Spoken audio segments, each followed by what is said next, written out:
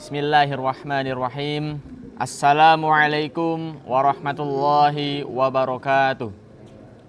Alhamdulillahirabbil alamin, wassalatu wassalamu ala asyrafil anbiya'i wal mursalin wa ala alihi wa sahbihi ajma'in. Allahumma sholli ala Muhammad wa ala ali Muhammad, amma ba'd. Qala Allah Ta'ala fil Qur'anil Karim, a'udzu billahi minasyaitonir rajim. Bismillahirrahmanirrahim. Laqad kana lakum fi Rasulillahi uswatun hasanatun liman kana yarjullaha wal yaumal akhir wa dzakarallaha katsira. Hadirin rahimakumullah, marilah kita panjatkan puji syukur alhamdulillah atas segala nikmat yang Allah berikan kepada kita semua, yang harus kita syukuri setiap harinya.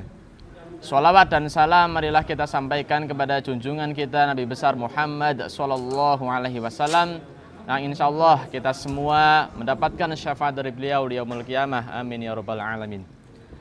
Hadirin yang dirahmati Allah, izinkan saya menyampaikan suatu kultum singkat yang berjudul Keindahan Akhlak Nabi Muhammad sallallahu alaihi wasallam. Tiada suri tauladan yang lebih baik daripada Rasulullah Muhammad sallallahu alaihi wasallam. Bahkan Allah Subhanahu wa taala menobatkan beliau sebagai manusia yang mempunyai suri tauladan terbaik sampai akhir zaman kelak. Rasulullah Muhammad sallallahu alaihi wasallam merupakan manusia yang paling mulia di antara semua manusia. Beliau lahir di kota yang mulia Makkah Al-Mukarramah pada tanggal 12 Rabiul Awal tahun 571 Masehi. Beliau dilahirkan ketika ayah beliau sudah meninggal dunia di usia 2 bulan. Beranjak anak-anak, ibundanya tercinta meninggal dunia.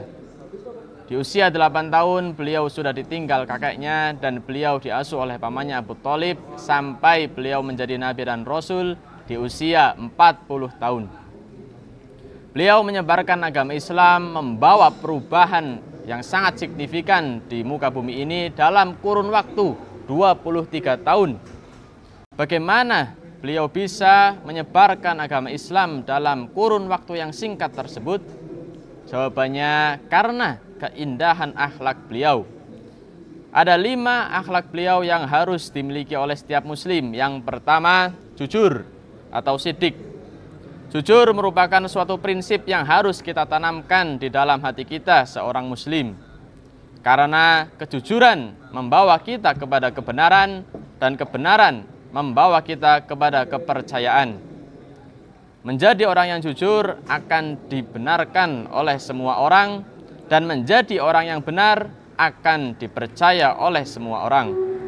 Rasulullah SAW merupakan contoh bahwa beliau tidak pernah satu kali pun berkata bohong kepada siapapun.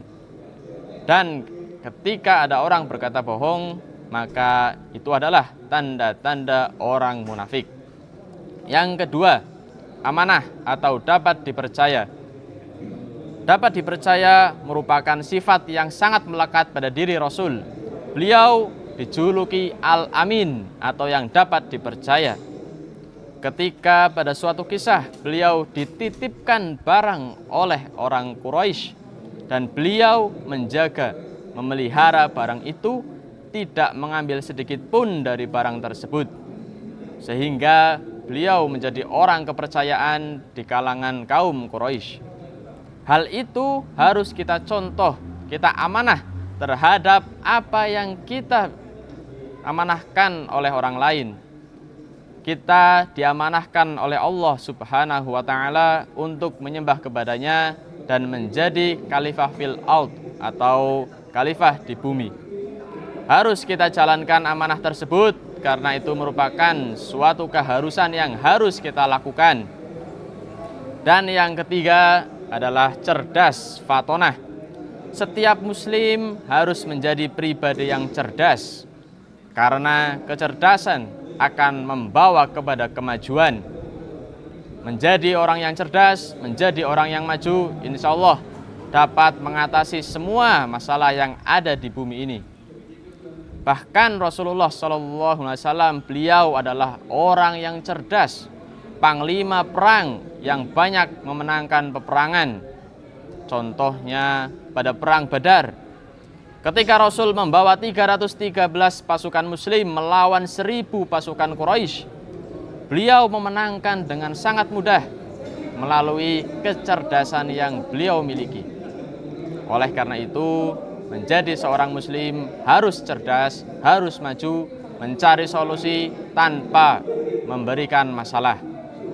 Yang keempat, tablik atau menyampaikan.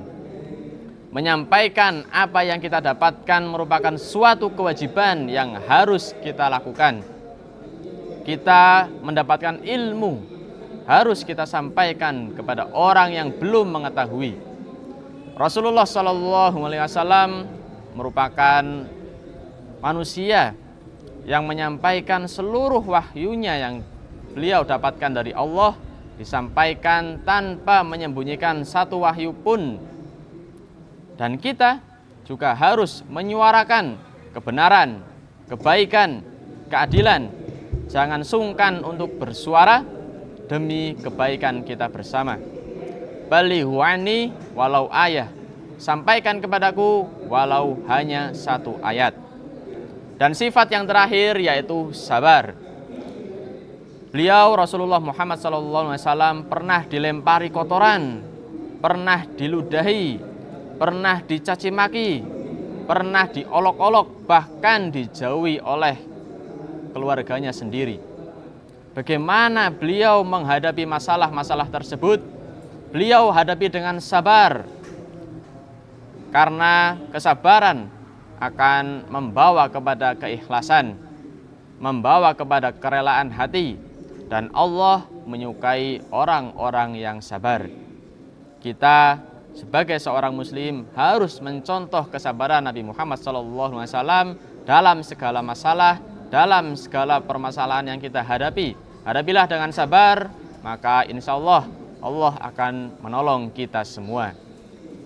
Para jamaah hadirin yang dirahmati Allah, kesimpulannya di materi pada hari ini yaitu ada 5 keindahan akhlak beliau.